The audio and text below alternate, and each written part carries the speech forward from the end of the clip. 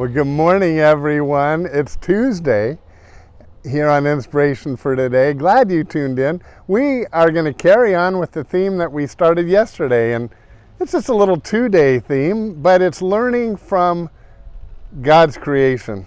We call it nature sometimes, but we followers of Christ know that it's God's creation. There is no Mother Nature, by the way. That's just free of charge, just an aside. Anyway, let me give you, yesterday we learned from butterflies. And I have been fascinated by them much of my life. I raised caterpillars and cocoons myself when I was a kid.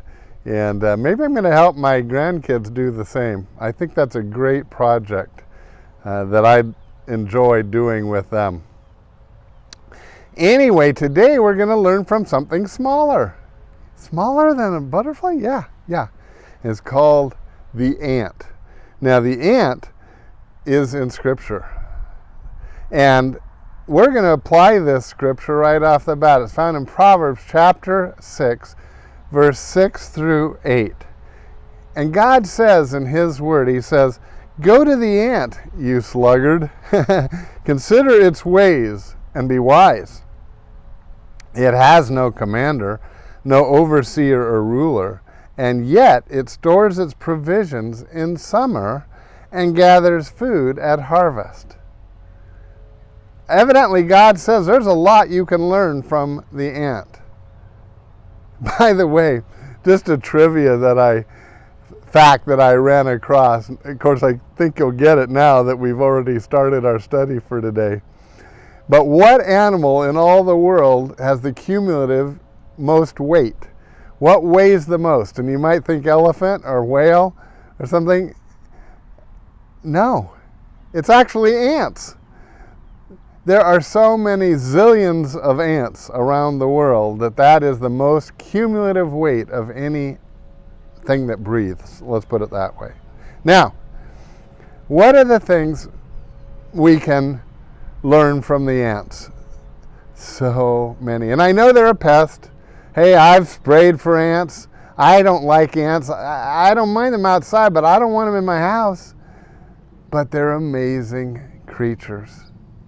Hey, let's just watch this time-lapse photo of what ants can get done that build a whole network of their houses. This is just in an ant farm. Let's watch it for a moment.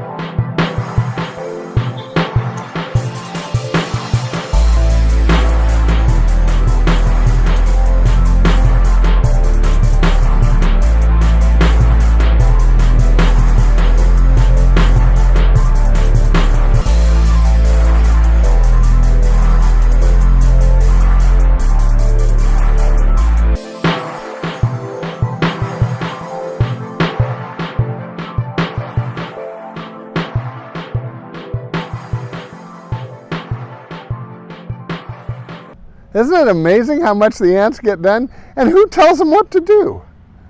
I mean, that's why I love ant farms. You can actually see them at work. And they're so organized. They take one little grain of sand at a time and move it to the top, meanwhile passing, and then the next guy takes the next grain of sand. And a grain of sand, you say, well, that's not much. No, it's not much, is it? And yet, when they put it all together, they build the whole network of their home. And an ant farm is just the smallest of examples of how the ants work together to build something. Let me just show you a couple of their big projects and big houses that ants have done. Ants are known for creating large nests, but this one took this reality to a whole new level. Excavated in 2012, this abandoned megacity was studied by a group led by Professor Louis Fauci. In order to study it, they poured in 10 tons of cement over a 3-day period and then let it sit for a month before starting their dig. What they discovered was a massive ant colony filled with food chambers, fungus chambers, highways, and side streets, and they estimated that a total of 40 tons of soil was moved in order to create the colony. Truly an incredible find. These tunnels just go to show how powerful ants can be. The yellow meadow ant constructs unbelievable and complex buildings that sprawl across the meadows of Central Europe. Most of the construction happens underground and can be as deep as 3.5 feet. But above their nests, they also build a dome-shaped structure on top.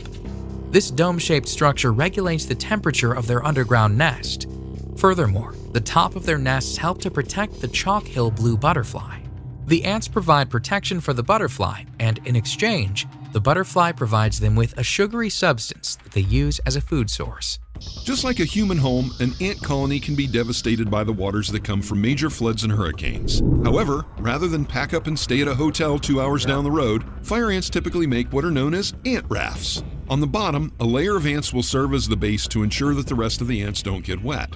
From there, the rest tightly weave together until the raft can easily float, keeping the larvae and queen ant on top in order to keep them out of harm's way. These fire ants can stay in this raft formation for weeks, only disbanding once the rafts hit dry land.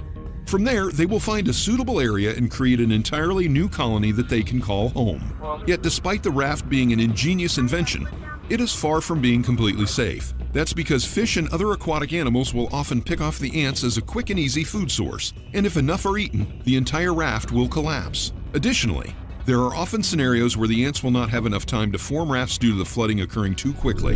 For example, when Hurricane Katrina hit in 2005, the storm surges occurred so quickly that many ant colonies drowned before they could create the necessary rafts. Much like a real army regiment, army ants have a license to kill. Traveling as a colony, they are constantly on the move looking for prey to kill and consume. However, this task is often disrupted by the various trees, stones, and branches that litter the rainforest floor they reside in. As a result, they have adapted to combat things by creating ant bridges. Being anywhere from 1 to thousands of ants large, these bridges allow ants to fill in the gaps in their environment so that they can hunt and scavenge more effectively.